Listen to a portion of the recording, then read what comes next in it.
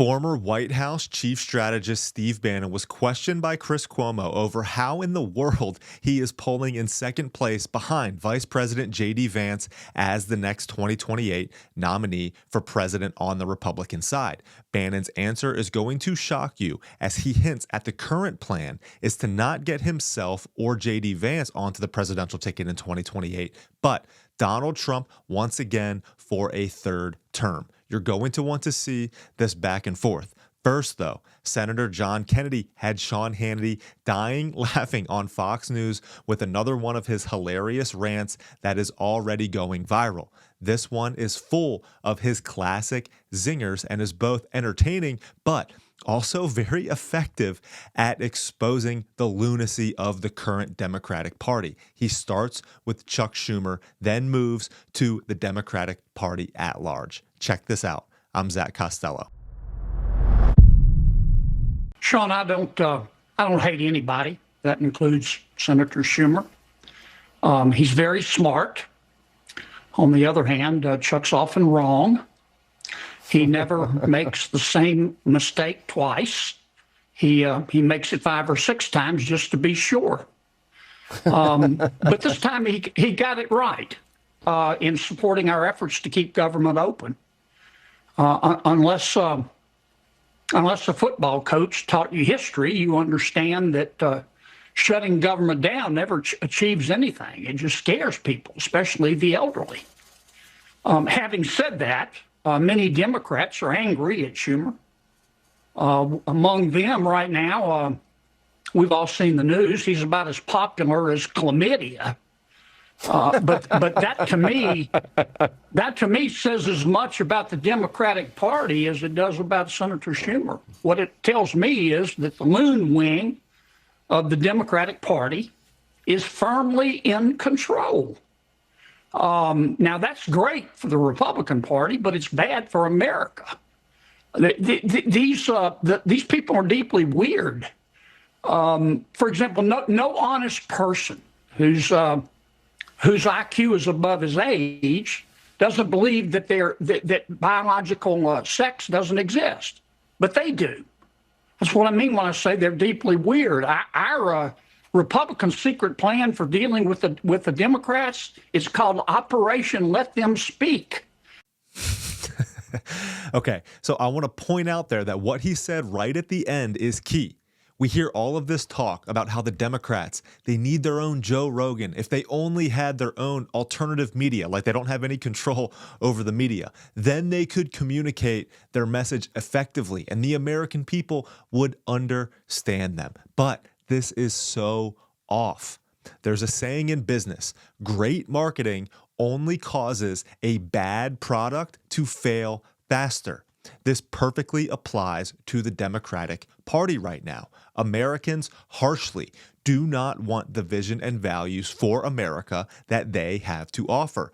The vision and values that the majority of the American people want right now, President Trump has to offer. And this is what Steve Bannon gets at here, and why he thinks, shockingly, that Trump could very well win a third term as president of the United States.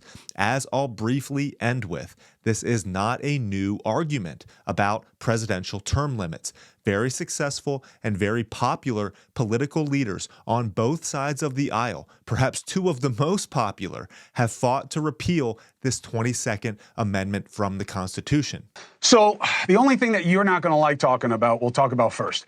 I'm watching CPAC, and they put up a poll of potential, next generation, right? Post-Trump. You are second on the list after the VP as people getting the nod at CPAC to be president. A lot of people were surprised by this. My first question, you have anything to do with putting your name in that list because you have presidential ambitions? No. And President Trump, I'm a firm believer that President Trump will run and win again in 2028. So I've already endorsed President Trump. A man like this comes along once every century if we're lucky. We've got him now. He's on fire, and I'm a huge supporter. Want to see him again in 2028. And obviously, anybody who doesn't like what you say but judges it as a function of a lack of intelligence doesn't know anything about you. I don't make that mistake. You're a smart guy. Oh, you know he's term limited. How do you think he gets another term? We're working on it. I think we'll have a couple of alternatives. Let's say that. We'll Don't see. be We'll see what the mysterious, because definition. it's We'll gonna see what make the people definition of say- term. We'll see what the definition of term limit is. All right, well, so you're talking about litigating this issue, because I don't want people to listen to our interview and say, Bannon's cooking up an insurrection. Bannon is cooking up, you know what I mean? I want people to get a straight take on where your head is. What are you suggesting? Chris, as you know, I've had greater long shots than this. When we supported President Trump after the election, I realize you don't believe the election in 2020 is stolen. We do. We fervently believe that. When President Trump went back to Mar-a-Lago on January 20th, 2021, he was the longest of long shots to return to the White House. We said that day in our podcast and doubled down, having President Trump's back, that he was coming back not just to win the primary, he would win the White House, and we had to get organized and drive that victory, and also start working on all the policies, what's called Project 2025 or the America First Policy Institute, but all those different think tanks that started putting in the policies that you're seeing today in what we call Flood the Zone or Days of Thunder, or however you want to describe it. But this is many years in the making. So we've had greater long shots than Trump 2028, and we've got a lot of stuff we're working on there. We're not prepared to talk about it publicly, but in a couple of months, I think we will be. But you are not suggesting revolution or overthrow or anything that people would condemn. Chris, we just won one of the biggest sweeping victories. We're in the middle of a 1932 type realignment if we can continue on and continue to have populist policies, populist nationalist policies. We have African American men coming to our side. We have Hispanics coming to our side. So no, we're huge believers in democracy because we know how to get votes out. We know how to get low propensity, low information voters out to support the president's policies. The anti-democratic forces, I think you're seeing them today in the courts.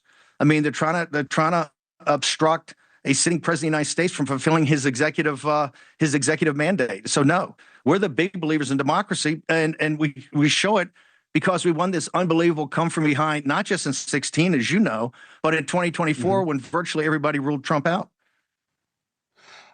There's no question about that.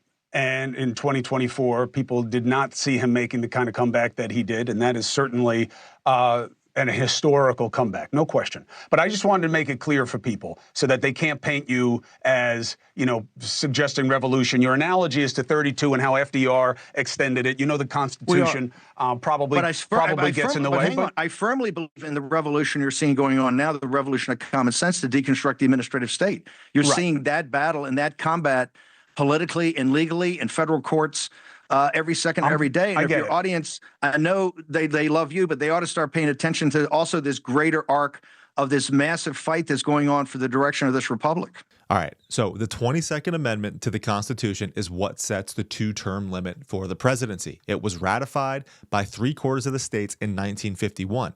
In order to repeal it, you'd need 38 states. Trump won 31 in 2024. I want to importantly note that in January of 1989, Ronald Reagan pushed for the repeal of the 22nd Amendment because he thought it infringed on the people's democratic rights. I tend to agree with this logic.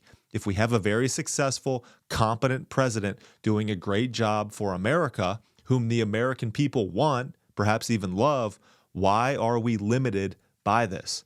Terms are limited by our election process. If we don't want a president for another term, they are voted out.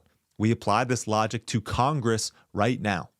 Bill Clinton also is on record stating that the 22nd Amendment should be altered to allow for non-consecutive terms because of longer life expectancies. This will be interesting to monitor as the next couple of years go by.